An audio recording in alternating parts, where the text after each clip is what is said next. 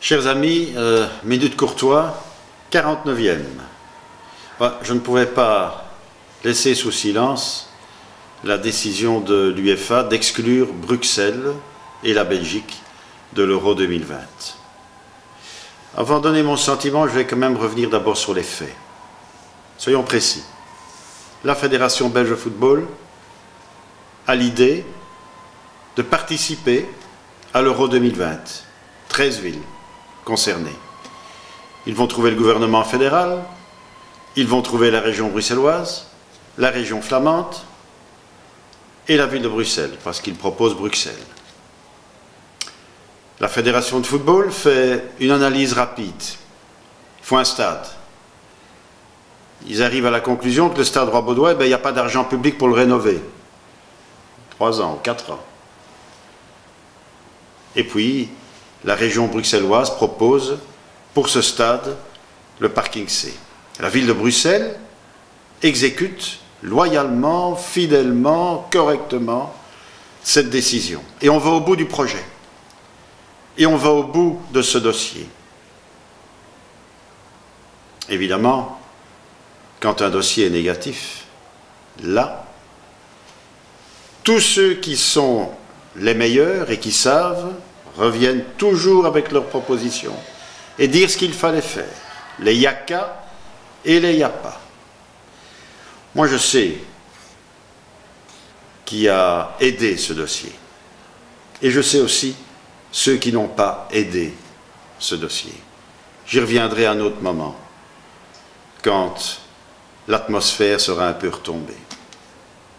Je voulais simplement dire encore ceci. Cela fait 30 ans que je me bats pour qu'il y ait un stade de football dans ce pays, digne d'un pays comme la Belgique, c'est-à-dire le pays qui a fondé l'UEFA, qui a fondé la FIFA, qui regroupe encore plus de 200 000 jeunes en dessous de 18 ans,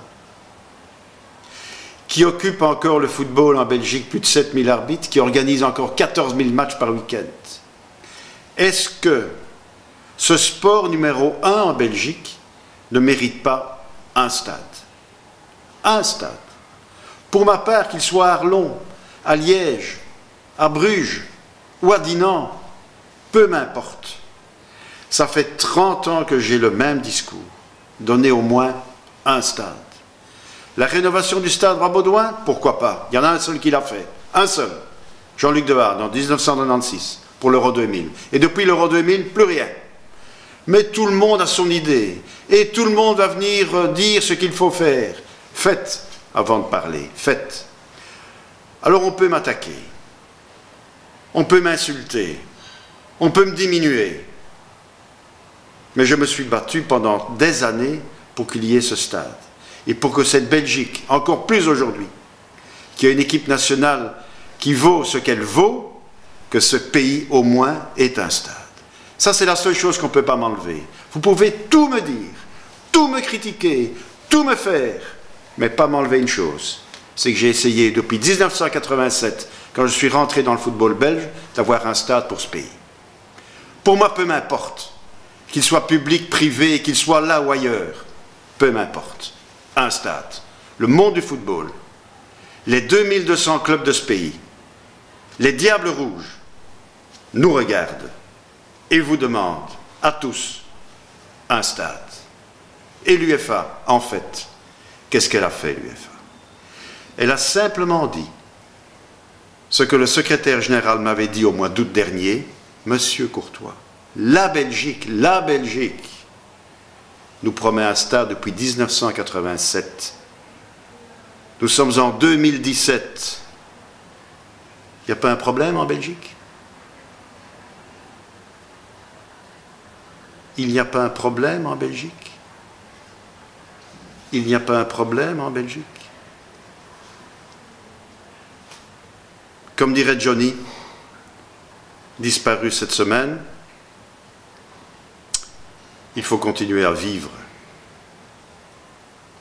Vivre, être vivant, disait-il. Moi, je reste partisan d'un stade. il faut continuer à espérer, à vivre, à voir des projets. Mais ce pays aussi doit se remettre en question. Vivre pour le meilleur. Bon week-end, à la semaine prochaine.